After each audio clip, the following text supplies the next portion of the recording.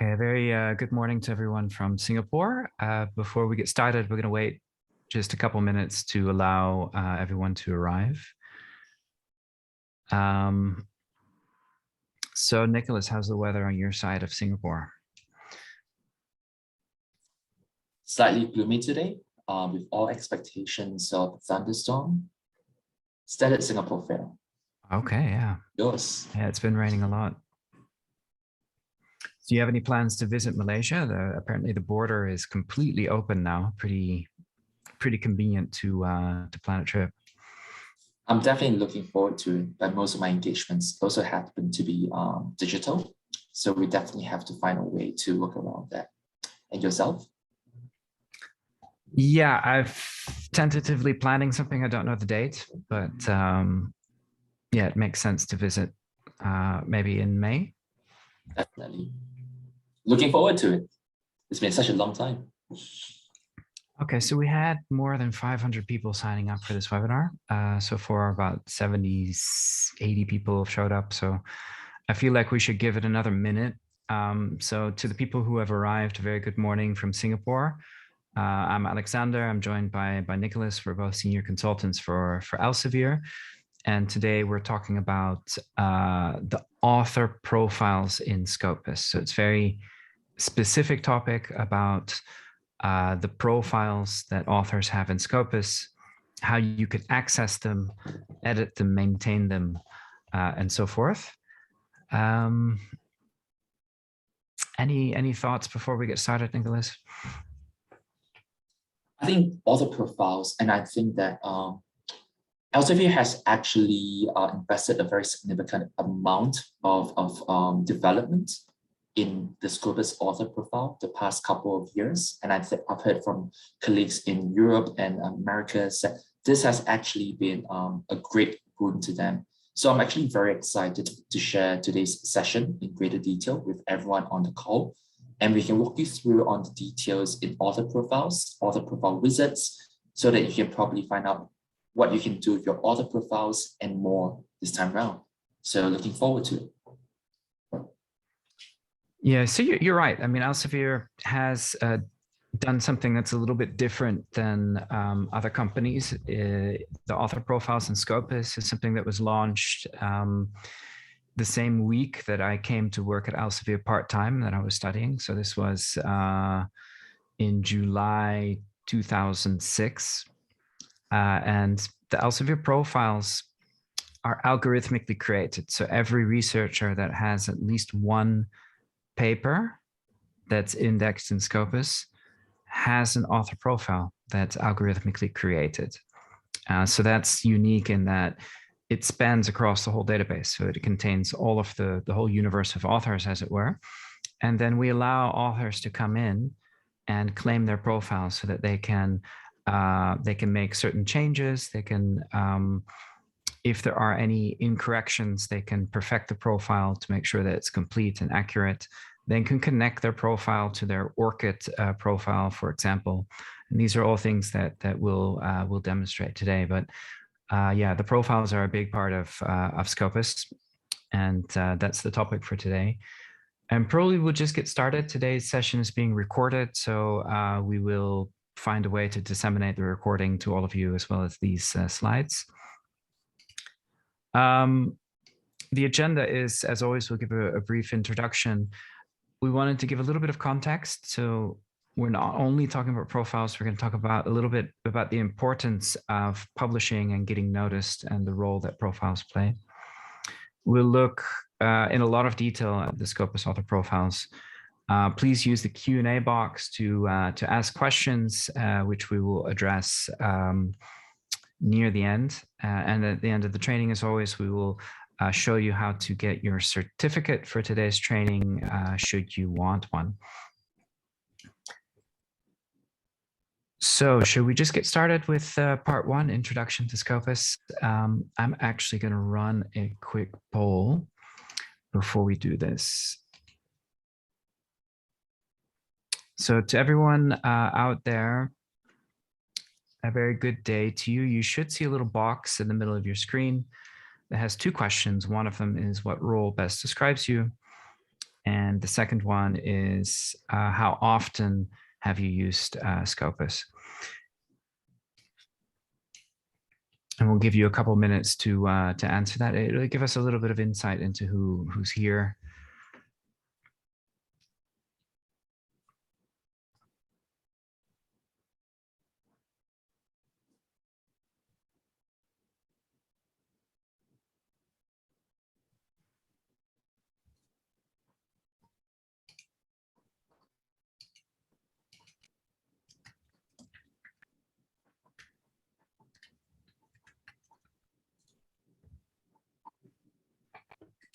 Okay, 70% of you have voted, so I'm going to give it, say, another 30 seconds. And so when's the first time that you heard of Scopus, Nicholas? I think that was back in 2015 for me. 2015. About it earlier. So are you in the box, I use Scopus daily? Now it would be, yes. Okay, yeah.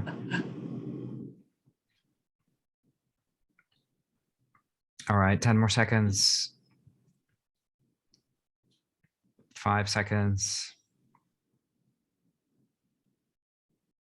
Okay, thank you very much. I'm going to end the poll now. And I'm going to share the results. Can you see the results now, Nick?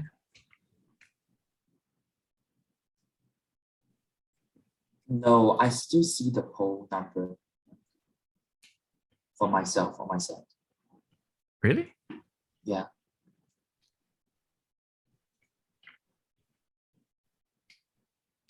So maybe what I'm seeing right now is the poll and the numbers and the percentages. I guess that's the same thing that they're seeing. So that's good. Yeah, okay. So what role best describes you?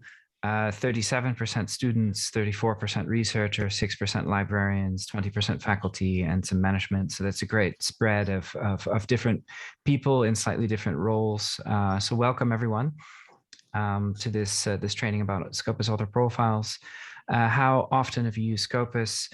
14% never used it. So we have some people that are new to Scopus, hence we'll give an introduction and explain the very basics. 31% have used, but not often. So, okay, some people have used Scopus, but maybe not as much as we do, right? And 26% monthly, but not weekly, 24% weekly, but not daily. And then 5% are using it daily. So I think it's quite a nice spread of slightly different patterns of usage, but everyone's really, really welcome. So we welcome you to this training, which is focused on the Scopus Consortium, so the 20 public universities in Malaysia. Without further ado, we'll get to the first part, which is the introduction. But before we do that, we welcome you to sign up for the upcoming webinars for the consortium. So after today, the next session will be on May 31st, covering research metrics in Scopus. Then June 28th, covering which journals, conferences, and books are in Scopus, and some tips for finding the right one for you. August 16th, looking at preprints, topics, funding acknowledgements in Scopus. These are things which you might not have heard of, and we want to explain to you what they are and why they might be useful. And then on September 27th, the United Nations Sustainable Development Goals. What are they? Where can you find the relevant information? In Scopus, you can use these QR codes to register. And again, we will be sending the slides, the PDF of these slides around to you after the session. Introduction to Scopus. Do you wanna give this a go? Because I feel like I'm talking too much. Sure thing, no worries. All right. So most of you would know, but for those of you who don't, Scopus is the world's largest abstract and indexing database. It's essentially what we call a source-neutral abstract and citation database, and it's actually curated by independent subject matter experts. So basically, it's subject matter editors who are more or less have journal experience, journal expertise, and recognized leaders in their field.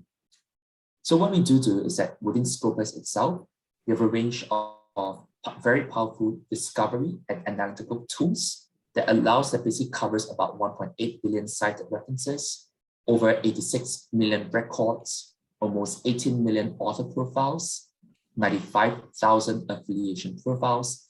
And the main reason why we are able to do this is because we work with over 7,000 publishers globally to have index journal content to be indexed on Scopus itself.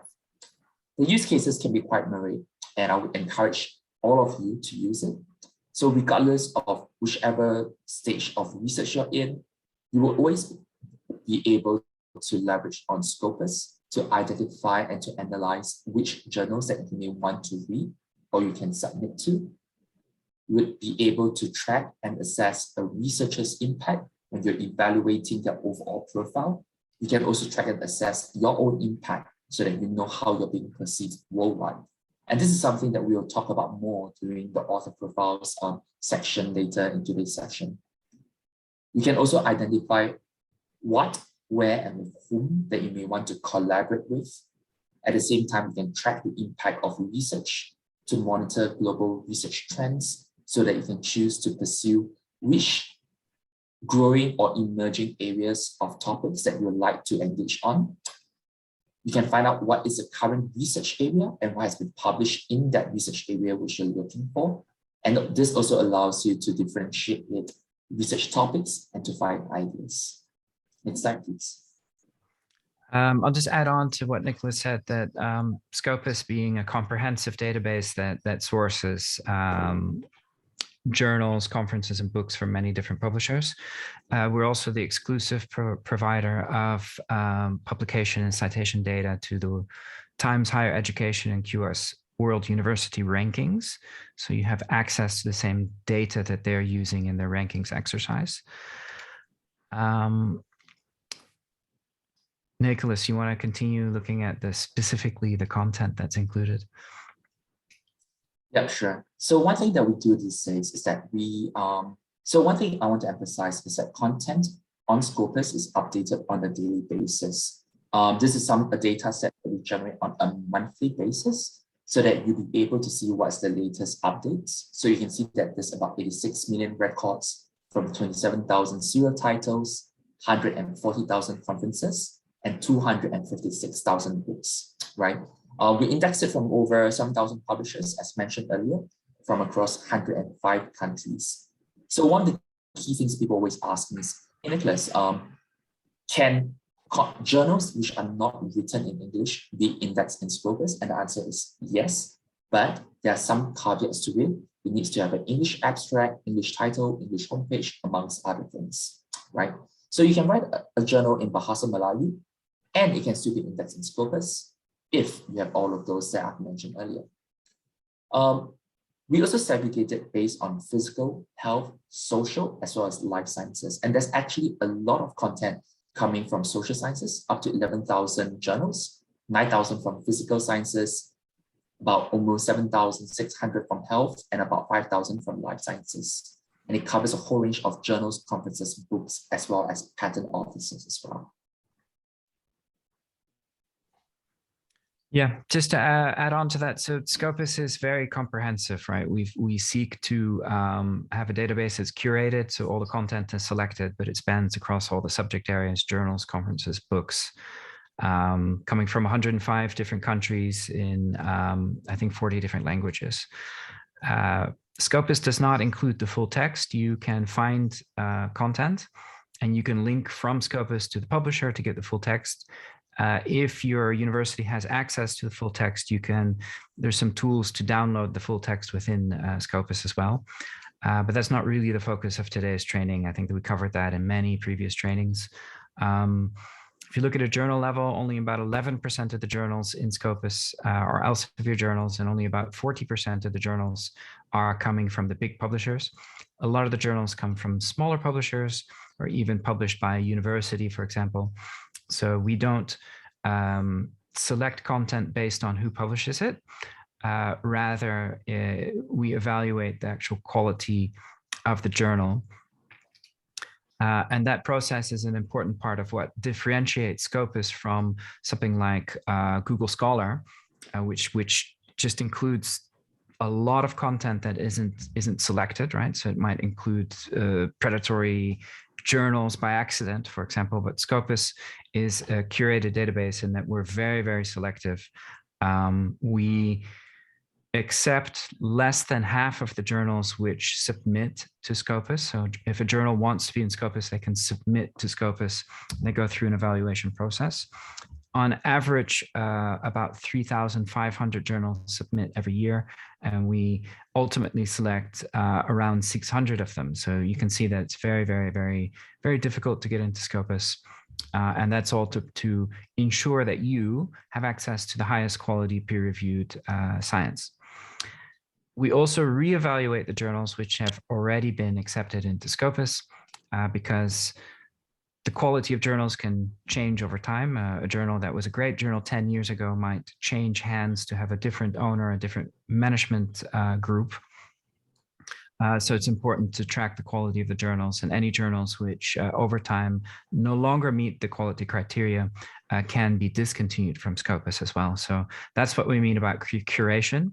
Is quite a it's quite a undertaking to do this quality control. There's a big group of people that are responsible for this. Scopus is also a linked, connected database. So it's curated, but it's also connected in the sense that every paper is connected to an author. And today we're talking about author profiles, right? So that's what an author profile does, is it connects an individual, a person, to all of the papers that they've authored, to the institutions that they've been affiliated to their co-authors, maybe to funding data, to books, to conferences, and so forth. But the linked nature of the data makes it fun and easy to navigate Scopus, because it means you can go from a paper to link to the author, to see all their papers, to link to a different one of their papers, link from the paper maybe to a co-author, to link to their papers, or to link to the institution and see all the papers of the institution. So you can navigate, and you might start your search not with a paper, but with an institution, or start with the author and link from the author to the papers and so forth. So everything's connected. And I think for younger people today, that's the norm, connected data. I think when we were younger, everything was unconnected, and you had to kind of make those connections and search for associated entities. But yeah, everything's connected in Scopus. Scopus is a web-based tool, so you've got scopus.com. Today we're talking about profiles, because that's one of the key things, that Scopus has profiles for authors, for institutions, for journals.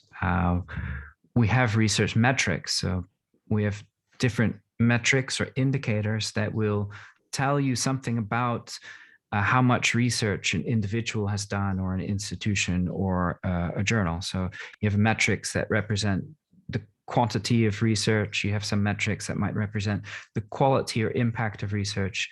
So that helps you to understand something about the nature of the entity, whether it's a person, an institution, or a journal.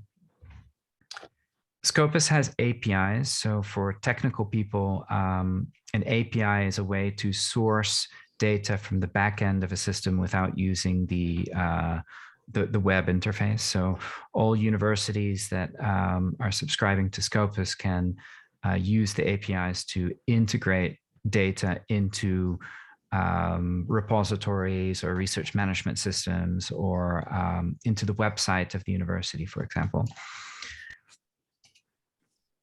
So as we've already started to talk about, is that the content is incredibly comprehensive yet curated.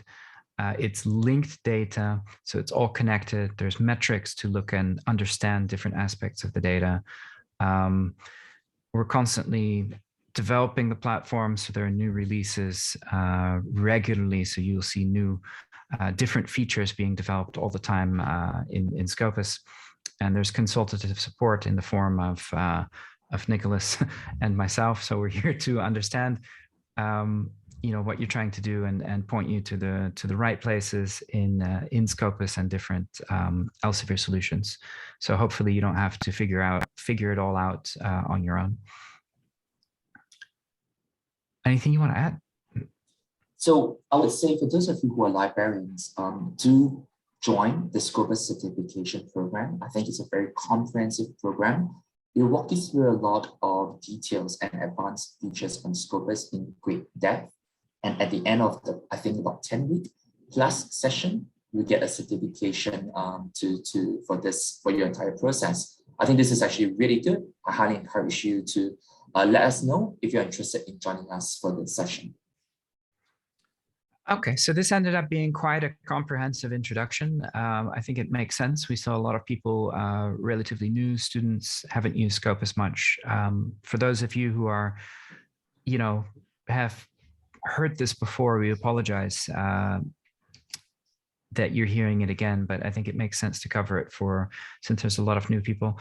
Continuous improvement. So we've improved the author profile pages. We've improved the author feedback wizard, which is what we're covering today. So we're going to show you a lot about the author profiles and how you can make corrections to author profiles.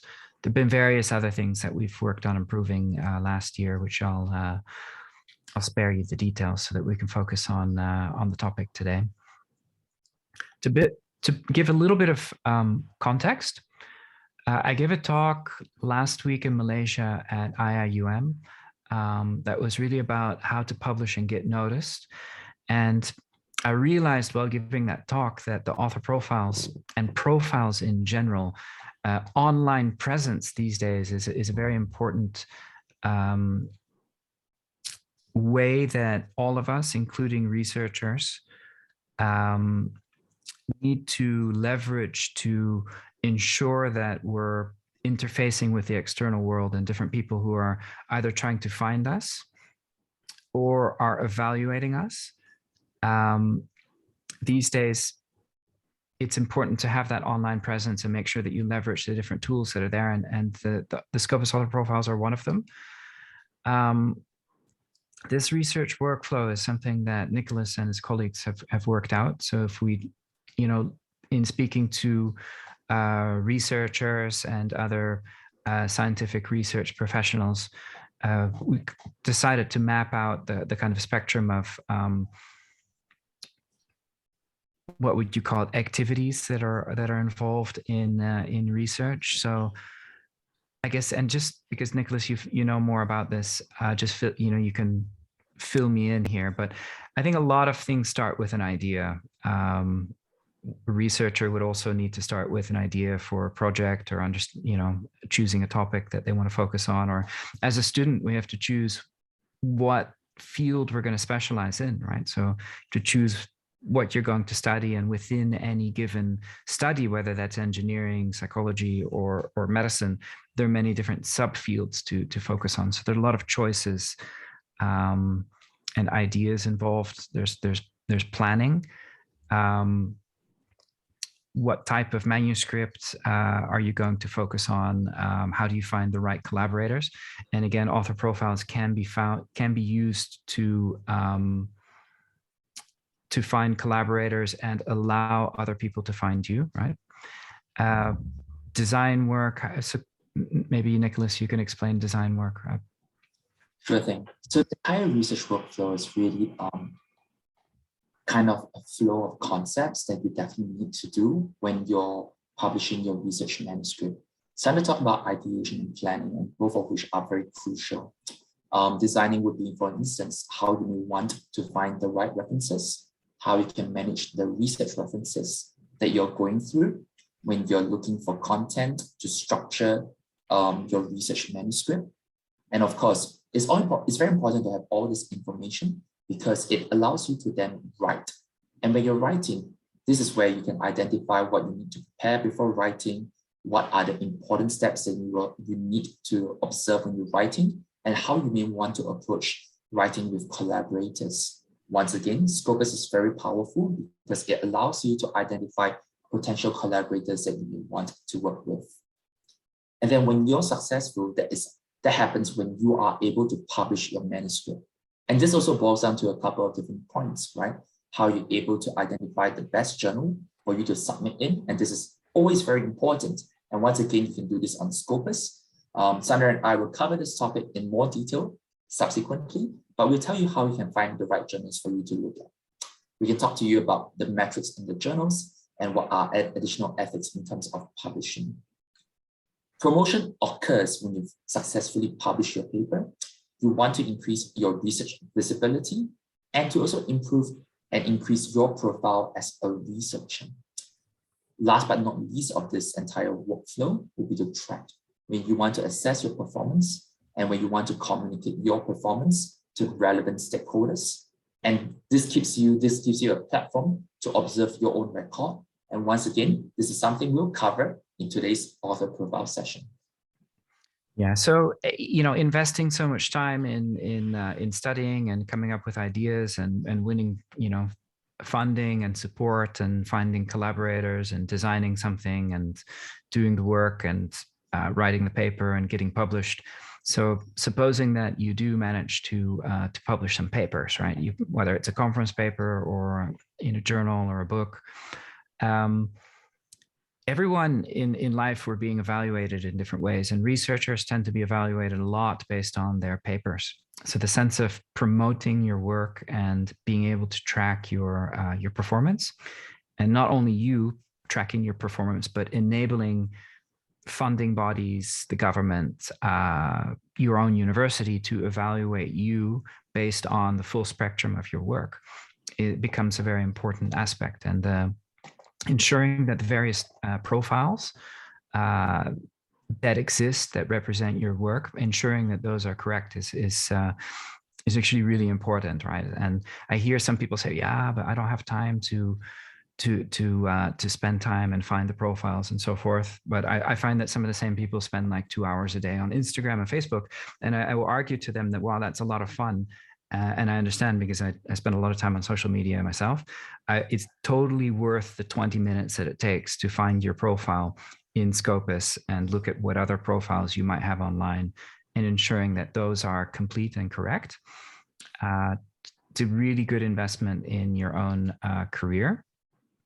A couple other thoughts that I had last week in my talk on how to publish and get noticed. So a lot of younger people, students are thinking about what it takes to succeed. And my advice from my own experience is to become an expert in topics that you're passionate about. So if you have to make those choices about your direction, or even if you already have a specialization and you need to choose which topic you're going to do research in, I think two factors is your own passion, that it's something that really interests you, because passion helps you to find the energy to really do something and find synergy, inspire other people, and so forth.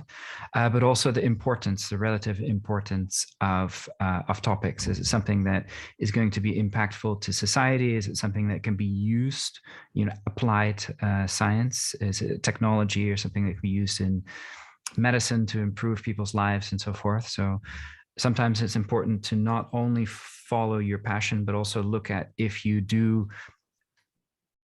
focus on a certain area, is that something that's going to be useful to society?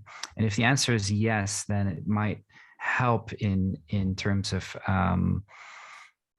practical applications be found that are based on your work. So that's also something you can use Scopus for, to understand what topics are relatively prominent or hot topics, or highly cited topics, and so forth.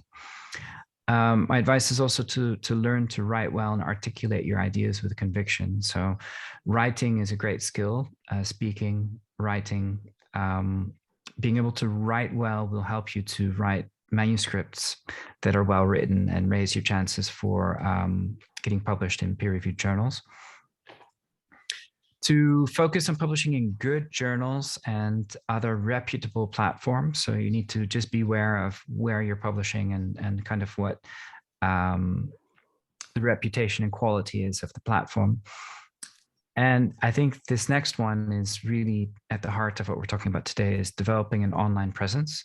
So if we've done all the things to become an expert and we do good work, we could make sure that our profile in Scopus, in ORCID, in LinkedIn are up to date and include everything that we want people to know about us. We can present at conferences and events. So in addition to having an online presence, it's important to meet people and present at relevant events. But also at those events, you can point people towards your, this is my ORCID profile, this is my Scopus profile, this is my LinkedIn, right? You can invite people to check out your work at these places. Actively seek out collaboration from people you can learn from. So if you're relatively senior, it makes sense to teach. So to collaborate with people that you can teach, that can learn from you. If you're relatively young and have a lot to learn, it makes sense to actively seek out collaboration from people that you can learn a lot from. Understanding the impact of your work and showcasing that effectively is really also linked to the online presence. So if you, I think part of it is looking at metrics like papers and citations and the stuff that we have in Scopus and that we'll show you. But if there are other aspects of the impact of your work, you can actually write about that and include that in a LinkedIn profile or an ORCID profile. So there are, if there are, let's say, aspects of your work that were impactful that are not captured in typical metrics like a number of papers or citations, you can try to integrate that into your online profile so that anyone that visits that profile and reads it goes, oh, look, this is actually the impact of their work or some of the contributions that their work has towards whatever that may be. Those are just my thoughts. Nick, you have anything to add? No, I do agree. I think one of the key things is that it's one thing to also do good research, but at the end of the day, when it comes to publishing, it's about communicating research. So it's very important that you're able to articulate this very clearly. I can't begin to emphasize this. When you want to publish, you should want to publish in journals that are prominent in your own research community, your own research subset, because those journals are the ones that people would invariably go to read about the topics that you're an expert in. So this is something which I highly emphasize it. Of course, what Sander mentioned about developing an online presence and conference and event is crucial because it really helps to establish your network. So don't stop collaborating with peers either within your institution, within Malaysia, perhaps even Singapore or globally, right? Because global collaboration tends to also boost your profile in terms of citation metrics, in terms of the quality of your research. So I can't begin to emphasize this enough as well. So that was the bridge that we built, online presence. One of the types of profiles that you have are the author profiles in Scopus. So I mentioned that any researcher that has one or more papers that are indexed in Scopus will automatically have an author profile in Scopus. If you have not published a paper that's indexed in Scopus, you will not have an author profile. You don't need to sign up to get an author profile. So all you need to do is publish in a journal, conference, or book that's indexed in Scopus. Once that manuscript is published in that journal, book, or conference, and they send their data to Scopus, it gets indexed. The profile will be created for the author, or if they already have an author profile, that paper will be sorted into the relevant author profiles in Scopus. So you don't need to sign up to ask for one to be created. That's something I've been asked quite often recently. It's automatic, but what you can do is find your author profile and make sure it's correct. You can note the number, you can link it to your ORCID profile and so forth. So when we go to scopus.com, and I will demonstrate this live in a couple of minutes, but the slides will demonstrate. So if you just go to scopus.com, you can see that Scopus, you can search for documents, authors, or affiliations. So you choose authors. And you can type in the last name. You can use the first letter or the first name. And if the name is rather common, you can type in the affiliation as well.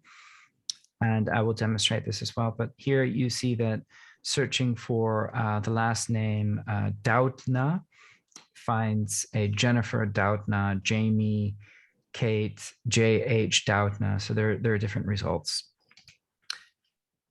Now, assuming that Jennifer was the person that we're looking for, this is the author profile page of Jennifer Doudna.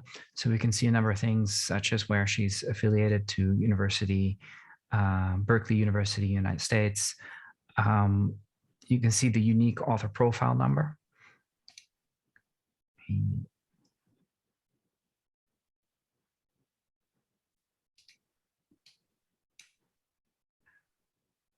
Oh, never mind. I was trying to draw something, but we can see the author profile number, whether it's connected to ORCID. We can see the topics that they publish in. And I mentioned research topics earlier, that you need to understand topics and maybe understand what individuals are focused on. So here you can see that she's focused on, oh, wow, it added the, that was very slow. So you can see that she focused on guide RNA-associated endonucleosis, and you can see these very specific topics. You can see the publication history, citation history, and the link to all of the papers that she's published, right? So there's a lot of information here. Author profiles include some awarded grants, which is a beta development, so it doesn't cover all of the grant, all the funding bodies. But that data is there. You can see all of the references that they've referred to. So those are the references in the papers that they've published, right? And Nick, I'm wondering what's the use of linking through to the references? References are actually very useful because you'll be able to see the references that the author has been reading to leverage on when they are writing and coming up with their own research paper.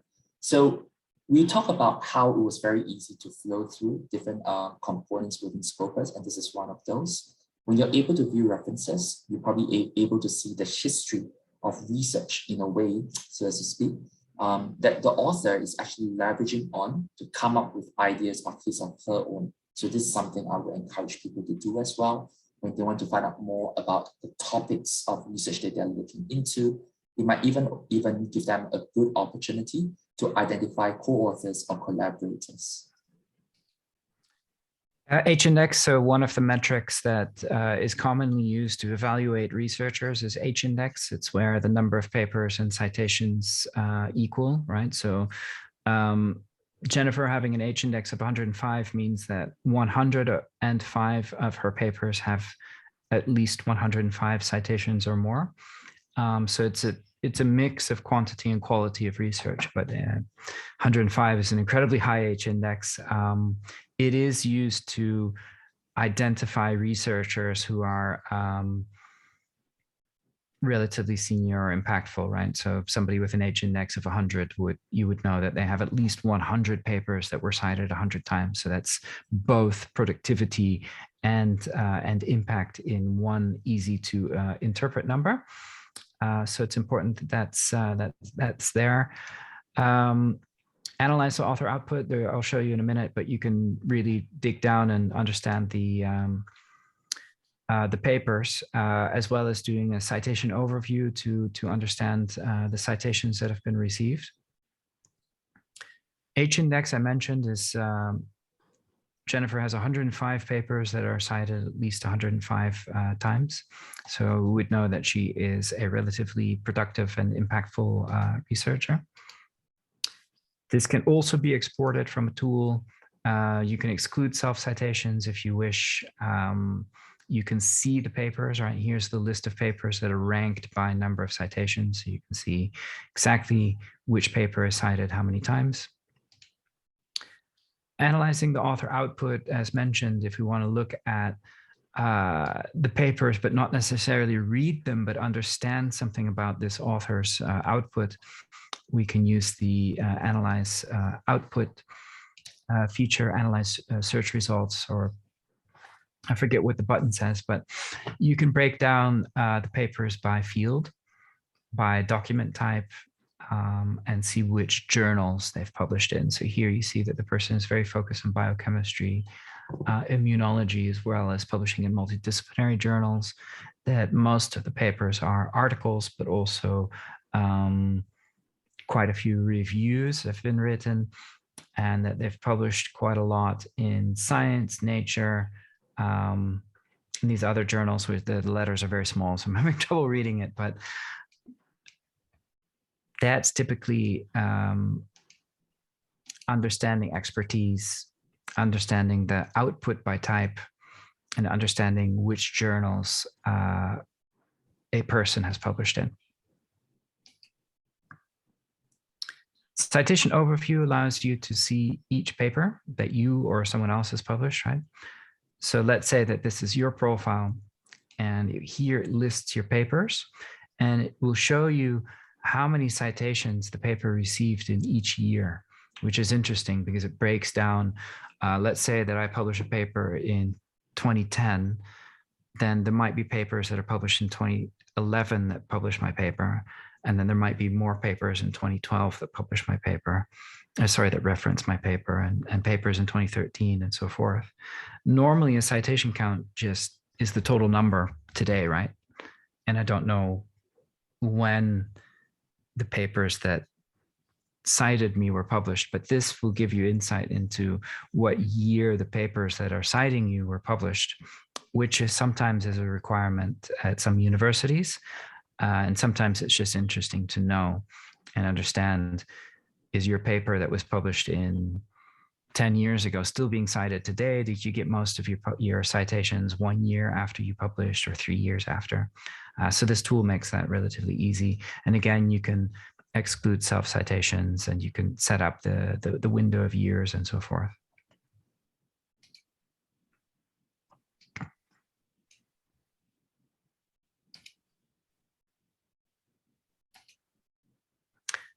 So I'm going to demonstrate some of this live. I'm going to park a question with you, Nicholas. I see one question in the Q&A box that says, is it possible to search by the language for the journal in Scopus, for example, the journal that accept Malay language or other languages? I think we could actually do this live as well. Shall we do that? We could do it as well on the search when we're doing it. Yeah. So I think we can probably just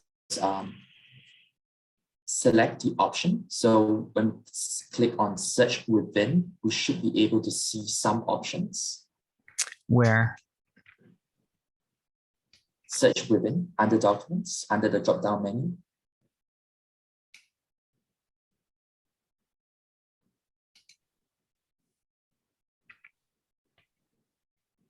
Language, yeah. Language.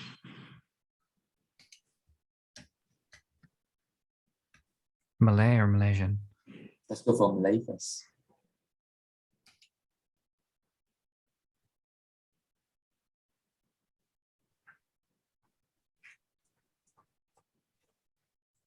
So what you can see over here is about 1,800 documents that were written in Malay. You can see them being published in some of the journals. What you could do is to identify some of it. I would encourage you to narrow it down a little.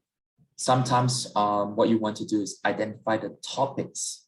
At the end of the day, it all boils down to which are the best journals to feature your topics. So what you're able to see is the full list of documents which are written in Malay by its index in Scopus. But what I would suggest you to do is to narrow it down by topics, and then you can narrow it down as well accordingly. So this is one way you can do so.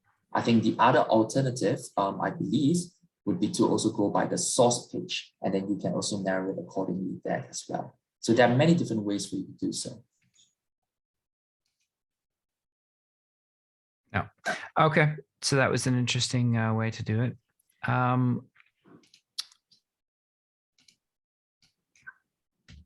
But we're going to focus on author profiles. So one way to go is to use the name. So if I I can do last name, first letter. And if it's not a common name, I don't need to add an affiliation, and it will be pretty straightforward. I'm going to find the author profile here, right? So I found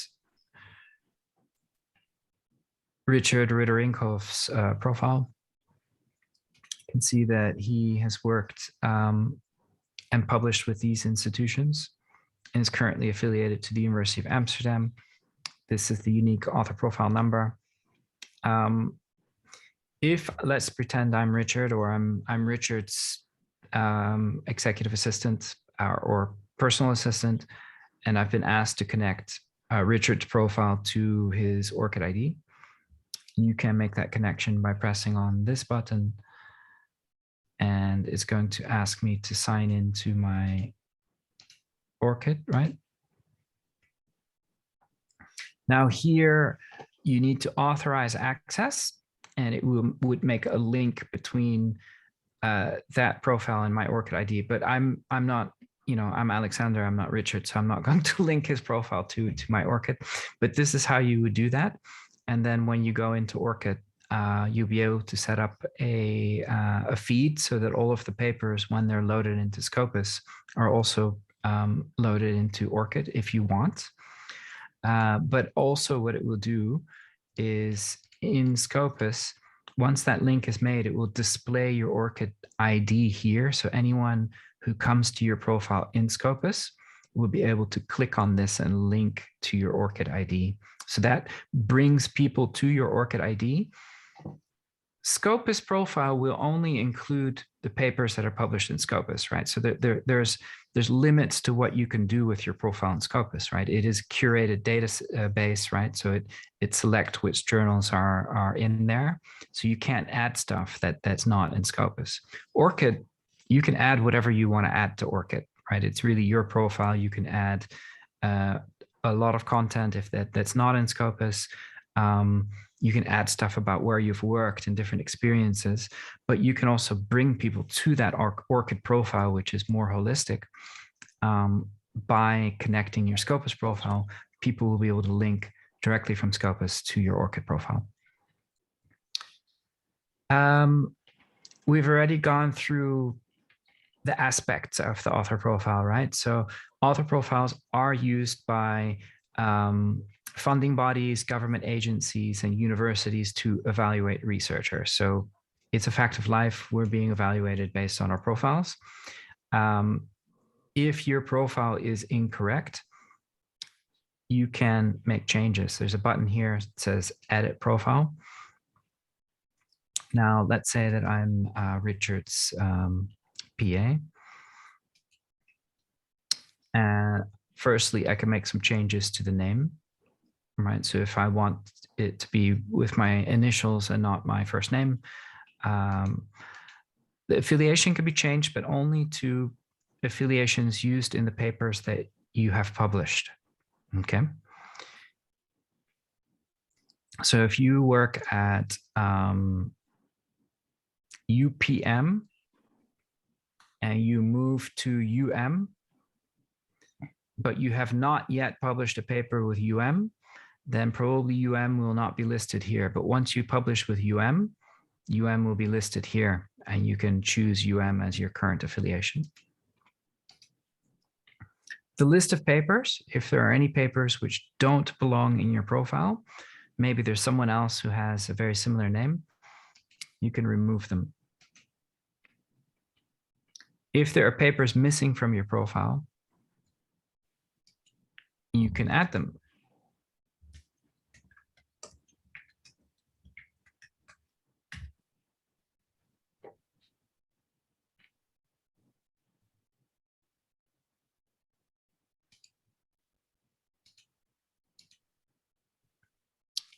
So you can add, you can remove things, you can add things. It's asking me to confirm to make this request, but I'm not going to make it because it's just a demonstration. That's not a correct request that I'm doing. So I'm gonna just abort this, but that's one way to do it. Interestingly, we can also look at universities. So if we look at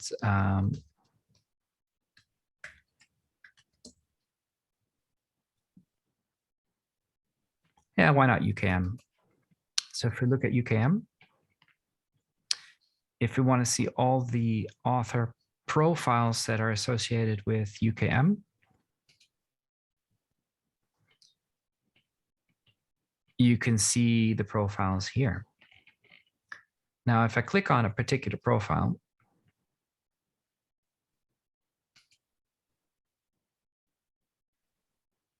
I can see here that Mohammed Tariqul Islam's author profile has made that link to ORCID. So if I'm just a person coming to read and I'm like, oh, I'm really interested in this person, or maybe I'm working for a funding body and I've received a grant application where Mohammed is part of the team, and I want to understand Mohammed's whether Mohammed is active in the same field that the grant application is in. A funding body might look at this, but this gives them the opportunity also to link to the ORCID profile. And here we see a little bit more information that's in Scopus. I can see that Mohammed is a professor in electrical, electronic, and systems engineering. I can see the education and qualifications, right? So that's something that's not in Scopus. So this really allows you as an author to provide more information to anyone that wants to understand your expertise and decide whether to collaborate with you, decide whether to grant you funding. Here, actually, the ORCID ID is linking to Researcher ID, to Scopus ID, to ResearchGate, and so forth. So again, about building online presence, these are all tools that are there, and they're increasingly interconnected, right? So you just need to go online and work on these things. I also have a profile, right? So you can see my my ORCID profile. You can see I've worked in Amsterdam, but I'm in Singapore for a long time already. Another thing, potential author matches. Sometimes an author has more than one author profile. They might have, so the way that Scopus works is a new paper gets loaded into Scopus.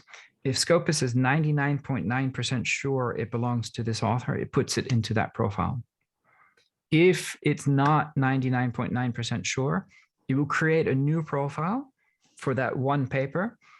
So sometimes you might have like most of your papers are in one profile, and then you might have like one separate profile that has one paper in it. That's the reason, is because Scopus is very careful not to mix two people who have the same name into one profile. We would prefer it if you have two profiles, but make it very easy for you to merge those profiles. So if we look at potential author matches, you can see some people who have the same name. And it'll be up to you to decide, is that also you? So I think no one is better qualified better than you to determine who's you. So I won't do this for Mohammed. You can actually see the last paper that's published. But should this also be Mohammed, you would just need to go like this and request to merge the author. Now, typically, if I'm going to look through a list, I'm probably going to find some people. So let's look at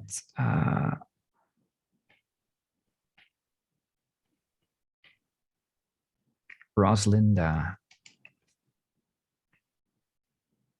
Also, nice ORCID link there. So Roslinda Nazar, active in nanofluids, heat transfer,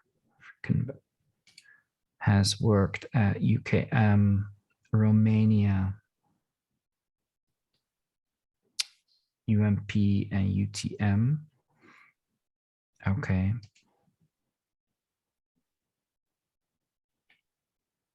No, I don't see Roslinda. So it seems like this profile is pretty clean.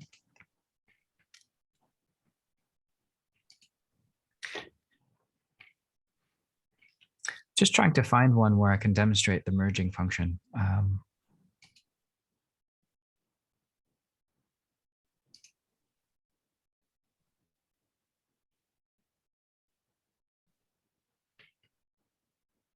Fatigue, damage, fatigue. Okay.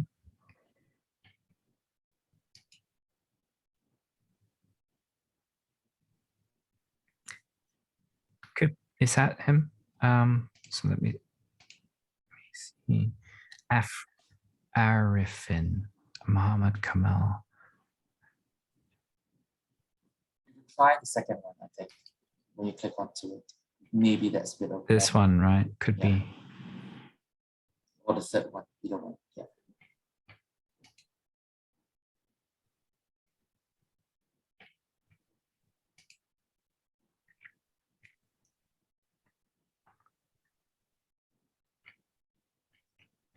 Anyway, so if supposing that these two were also this person, we would request to merge the author, and it's going to bring this into that same process that we showed before, right? So if you have more than one profile, please just merge them. It's pretty easy. There's just like a lot of different ways to do it. If you search, sometimes you might see. Let me try.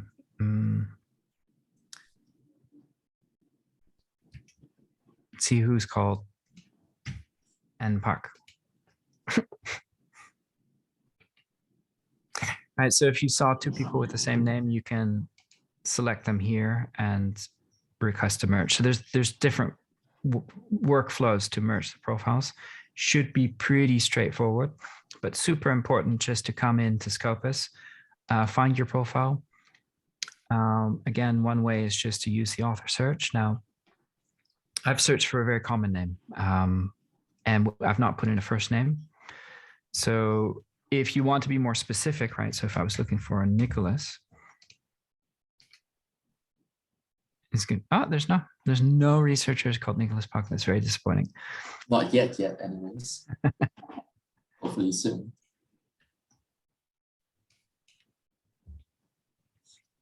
But if you're searching for a, I don't know, like Lim, you could add an affiliation, and it doesn't have to be the whole name of the university. It could be like the name of the university includes Singapore. So it could be National University of Singapore, Singapore Management University, so forth. Or the country could be Singapore, right?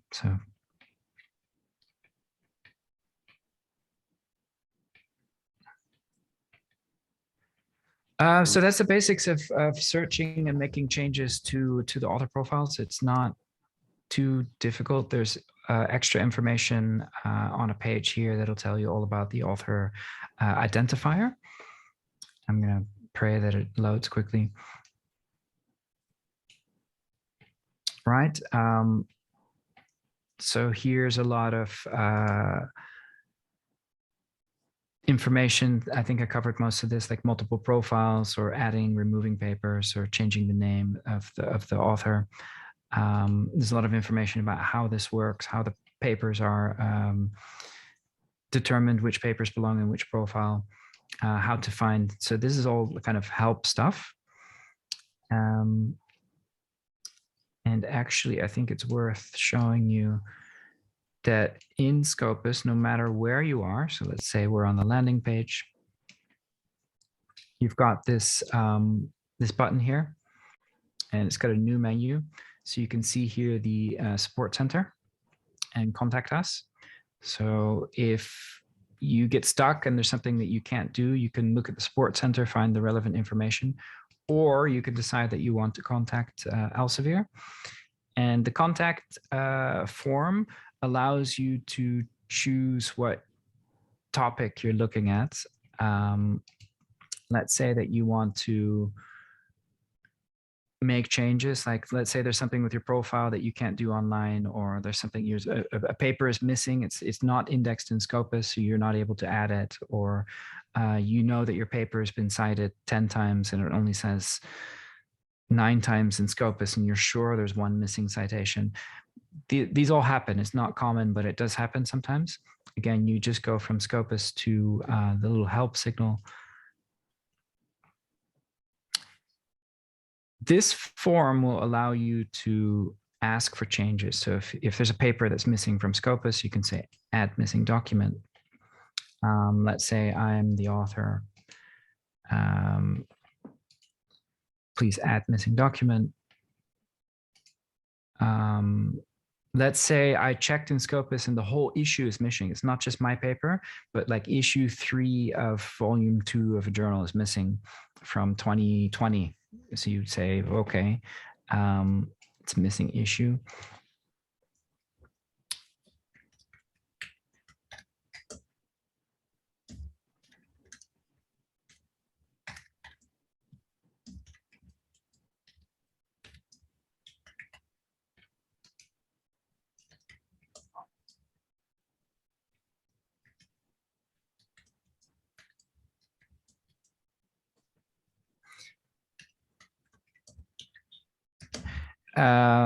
If you're asking for a missing paper, you should include the PDF of the paper, because Scopus is a secondary publisher, so it can help to show that the paper exists. Also, if you're asking for corrections to a document, so if, for example, your name was spelled wrong on the paper, or the institution was spelled wrong, or the title of the paper is wrong in Scopus, you can ask for the title to be corrected.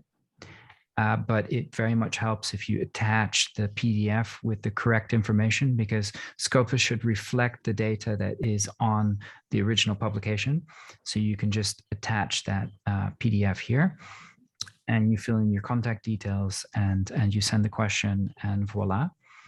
It's as easy as that. It totally makes sense to create a login for Scopus. So you probably have IP access, which means you can use Scopus from anywhere, but you can also create your own login details.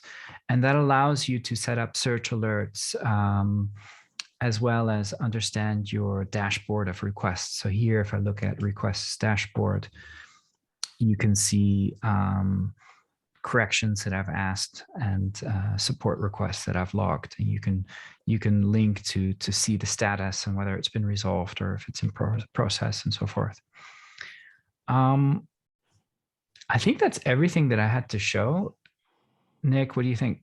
I think there's a couple of questions coming in. I think one of them was, how can I use Scopus to search only the publication as a corresponding author published by a researcher?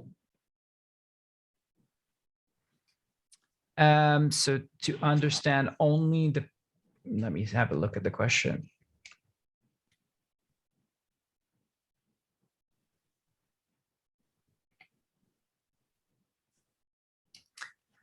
I don't think we have a filter yet for searching for corresponding author, but you can see where an author is corresponding author. So if we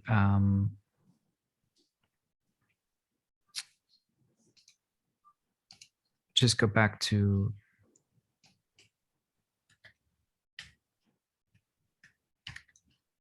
Would advanced search help, Sander?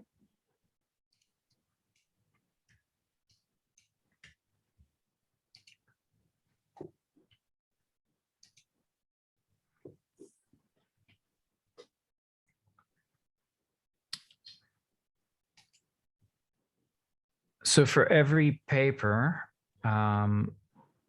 you can see who the corresponding author is. Right, so you can see that in this case, the first author is also the corresponding author. And if I go back to the search results, if I export this, can I see who is the first author? If I go to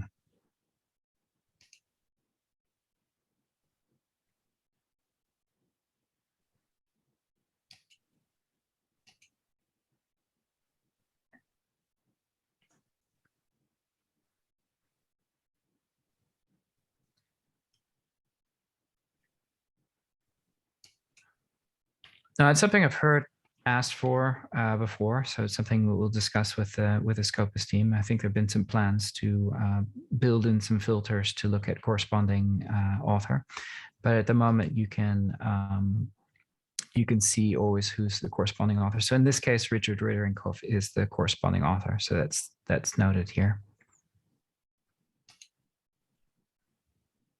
Oh.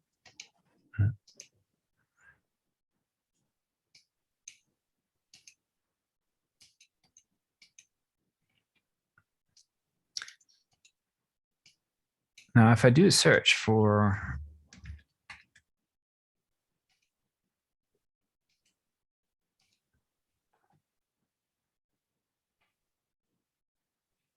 I don't believe we have a filter for a corresponding author at the moment. Advanced search. Would there be one advanced search? Good point.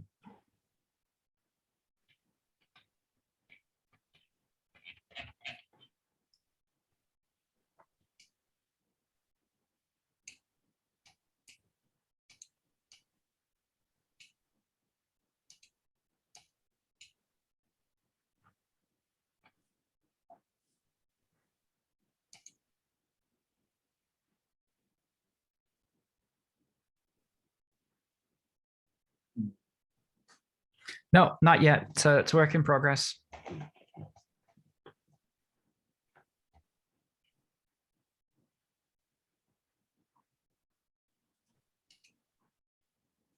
The other question that we have would be, how long does it take for one journal that is indexed in Scopus, which will be available or indexed in Scopus author profile system once the article has been published? That depends completely on the journal. So the journals send their content in a data feed to Elsevier. So some of them do it relatively quickly, then it gets into Scopus quickly.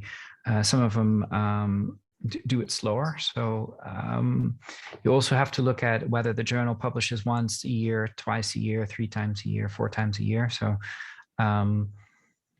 if your manuscript is accepted, it's not the same thing as it being published, right? So if they publish once a year in August and you get accepted in January, then they're only going to publish their issue in August. Once they publish their issue, it should show up online. And at that point, they should also send the data feed to Elsevier, and then it should show up in Scopus. Sometimes the data feed between the journal and Scopus is delayed. That is really something that is a collaboration between every single journal has a contact at Elsevier. There's like a content team. And they ensure that that data feed is active. But if you know that your paper is published in the journal and you can see it on their web page, right, that it's been published, but it's not in Scopus, the best thing is to check with the journal and have them confirm that the data feed to Scopus and then any other databases is intact, right? Just to check with them, is everything in order, because the content is missing. It's in their best interest to ensure that the data, the content is being sent to all of the databases. So instead of you doing it just for your paper, if it's missing, they can do that for the entire issue or volume.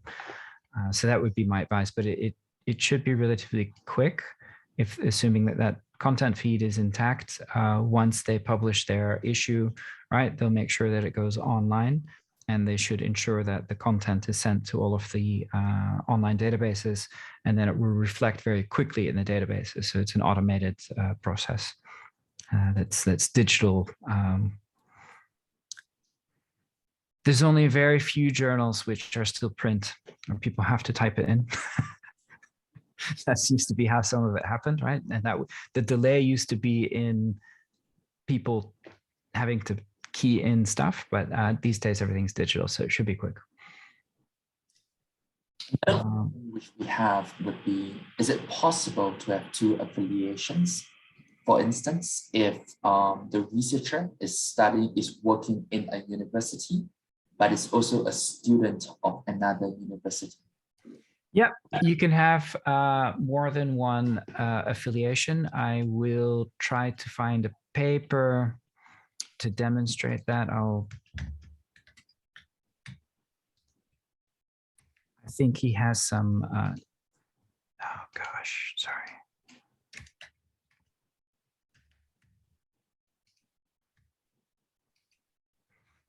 You just need to note it correctly on the papers, right? So I'll show you. So here you can see the affiliation of each author. And you can see that the second author, M.E. Walker, is affiliated to both B and C. So is affiliated to Graduate Center of the City of New York, as well as the University of Cambridge. So in this case, this author wished to indicate they're associated to both of these institutions, and that association should be reflected on the paper. And that also means that this paper gets sorted into the affiliation or institutional profile of University of New York, as well as the University of Cambridge. So that can be a good thing to do. But yes, you can have more than one affiliation. You can see Richard Riderinkov is indicated F and G. So if I look at the, so F is Fondazione Santa Lucia. Sorry, that was E, sorry. So the Department of Psychology, University of Amsterdam, as well as the Amsterdam Brain and Cognition Center. So those are both of his affiliations for this paper. Yeah, so you can do that. You just need to get the person, or if it's you, to reflect that properly in the paper. And then the publisher will reflect it in the data, and then it will reflect it in Scopus in this way. So one question that's come in would be, hi Alex, my published paper has been claimed by other authors as I have two author names. How do I claim my paper and merge the published paper of two different author names? You just need to find your profile. So you're going to search for your author profile. In this case, it would be Norashikan Offman. Okay, let's try that.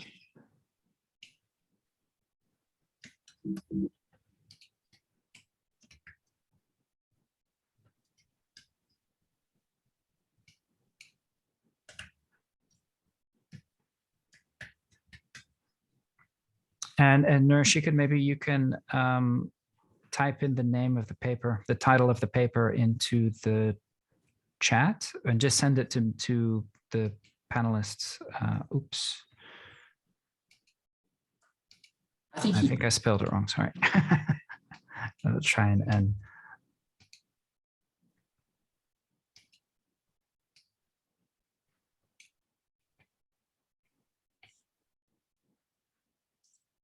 So he has a published paper called Ergonomic Study Among Operators in Water Jet Production Areas. Is it this profile, Nick? No, I don't think so. It's a Norashikan. Let me paste it in the chat. Here you go. This is the actual paper. Yeah, we need to find the profile first.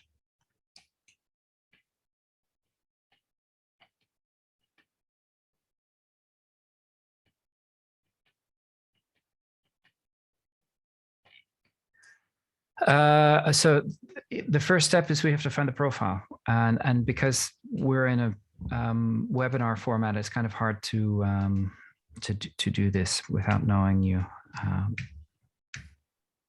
S-H-I-K-E-N. Let's try that. Like this? Yes. There we go. Okay. So then we're going to go to edit profile. I'm saying no, I'm doing it on behalf of someone else. Then we're going to see currently these are the two papers. Now I'm going to search for missing documents on Scopus.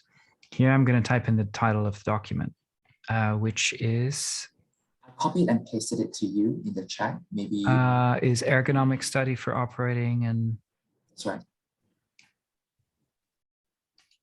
Is this it? That's right.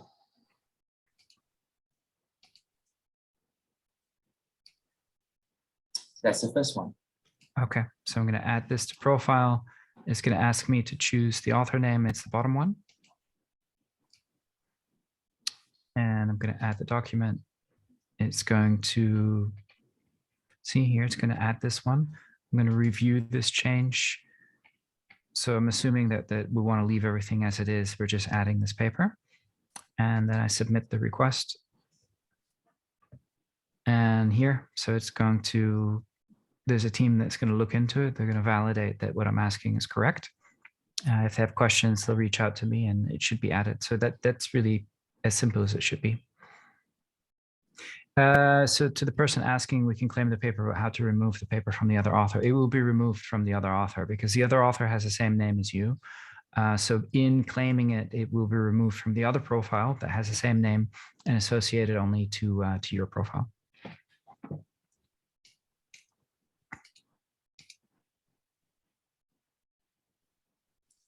The next topic next question that we have is that, is there any way we can trace articles published according to the Sustainable Development Goals published by institutions?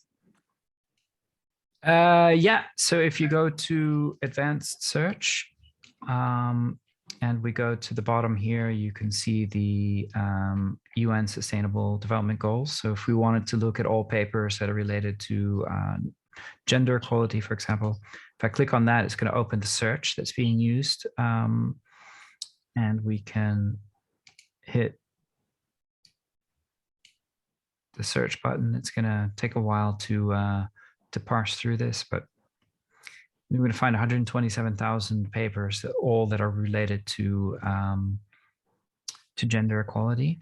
Now, assuming we wanted to find specifically the ones published by Malaysia, you can, for example, use the country filter. If you wanted to know all the papers that are published by a particular university, you can use the institution filter, right? So you can always narrow this down. You could even narrow it down to the individual if you want to. But that's the simple answer, is to go to just search, advanced search, go to the right bottom, Sustainable Development Goals. You hit one, it's going to put the search in here. You hit search, and there you are.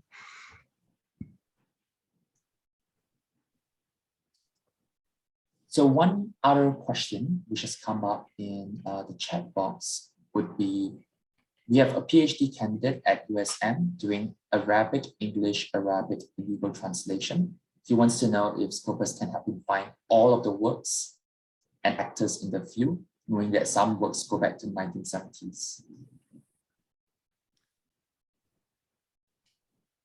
Let me read that, sorry.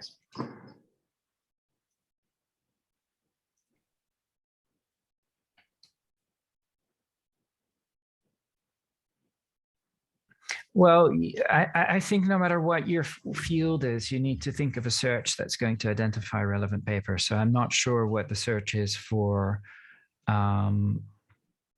Arabic English legal translation. So don't really understand the field and how to isolate those papers in Scopus. But if you can think of a search based on keywords or based on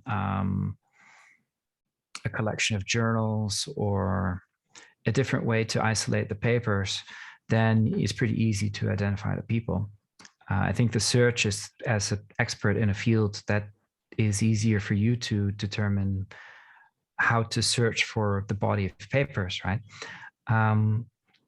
Just from Arabic English, Arabic legal translation, I have no idea how to search for that. So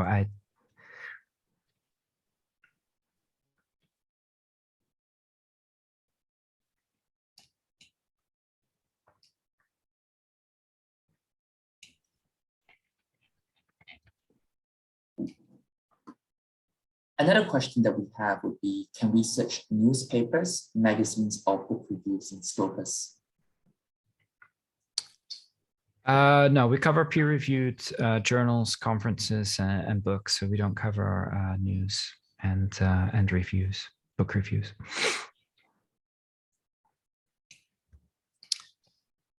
So I think we cleared all the questions in the Q&A as well as the chat box.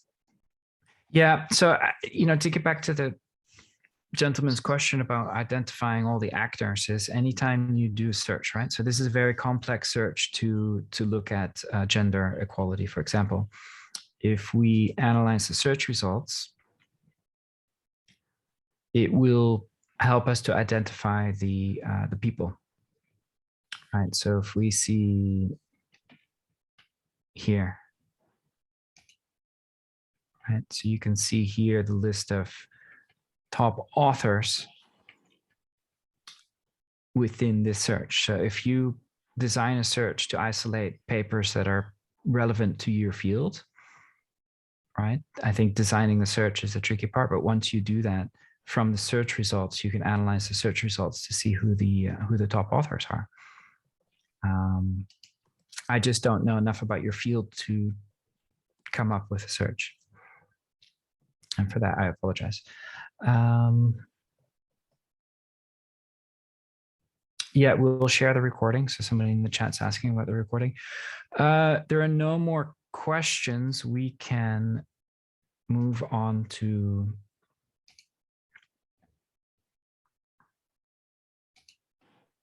share the certificates.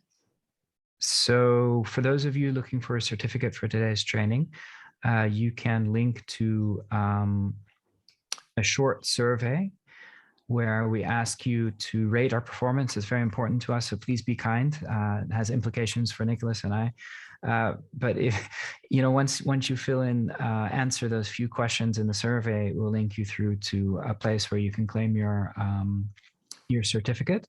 You will need the workshop code, which is capital TLBEKK. So please take a picture of this screen or some other way to remember it, because you must have the workshop code. You can either link to the survey via the QR code or the bit.ly link there. So again, there'll be a survey, answer a couple questions, please be kind. And then after that, you can get your certificate. Certificates are hosted on a platform called Researcher Academy.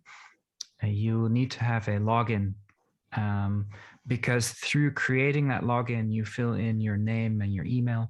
And your name, as you fill it in there, that's how it's displayed on the certificate. So if you don't already have a profile, it's going to ask you to make one. Should take you only a couple minutes. Any comment, Nick? No, I think if you go on to the next slide, what we would like to share is that, like Sander mentioned, there's actually quite a repository of resources for more queries to support you. I think we demonstrated the support center. The Scopus support center is a really powerful tool that you'll be able to search in. So you can go to just on Google, just type in Scopus support center. It'll bring you to this help portal, help desk, that you can go through all the questions that you're looking for, and you'll be able to give you more details as well moving forward. So I'm going to paste Really the link. And the workshop code as well. You might as well copy both together. Yeah, good point. There, I posted it twice just for emphasis. Support, yes. So this is all you, man. I'm out of breath. So we mentioned about the Scopus certification program for librarians. So for those of you who are interested, you can reach out to Sander, myself, or Benny, and who are your customer consultants within Malaysia, and we can support you on that. We have a Scopus blog where you'll be able to find the latest updates on Scopus and all the new functionalities. That will be blog.scopus.com. You can also go to twitter.com/Scopus, and Twitter was just freshly purchased this morning, wasn't it, Sander? Over there, you'll be able to find the latest functionalities as well. So that's actually really helpful too. There's also a Library Connect newsletter that librarians may want to go to, as well as a Library Connect Academy. You'll of course be able to find much more information on new functionalities in Scopus, where you can see when you click on the I for additional information. So these are some of the resources that you'll be able to access. I think, Sander, some people want you to go back to the previous page so that they can scan the QR code. Okay, here it is. So please scan the QR code or take a photograph of this slide, because you know, if you don't do it now and you need to email us later, we might not be able to answer all the emails, because we tend to get a lot of them about the certificate. We're not able to answer all of them. So please take a photograph of this slide, or just use the link that we pasted in the chat. It should also work. And remember, you need the workshop code, TLBEKK. There's a question on what are the upcoming sessions over the next couple of months. So Sander, you probably have to go all the way to the top. Yeah. I'll go back here.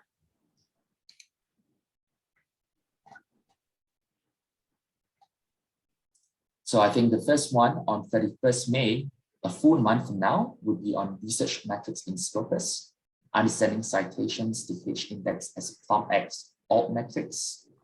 There will be one from journals, conferences, and books in Scopus and how to find the right sources. The preprints, topics, funding acknowledgements in Scopus, and how you can use the information. And for the person who asked on SDGs, you may want to join us for this session on the United Nations SDGs. What are they and how you can find the relevant data? So I'm going to have marketing send around these slides to everyone.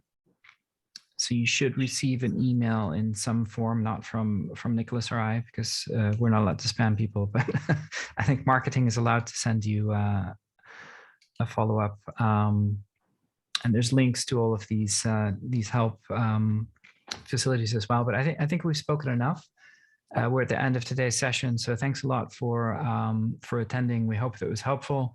We hope that you're well and healthy, and one day we can visit Malaysia in person.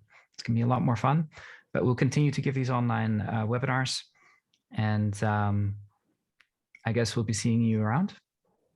Take care. Take care. Be safe. We'll see you around. Bye. Bye.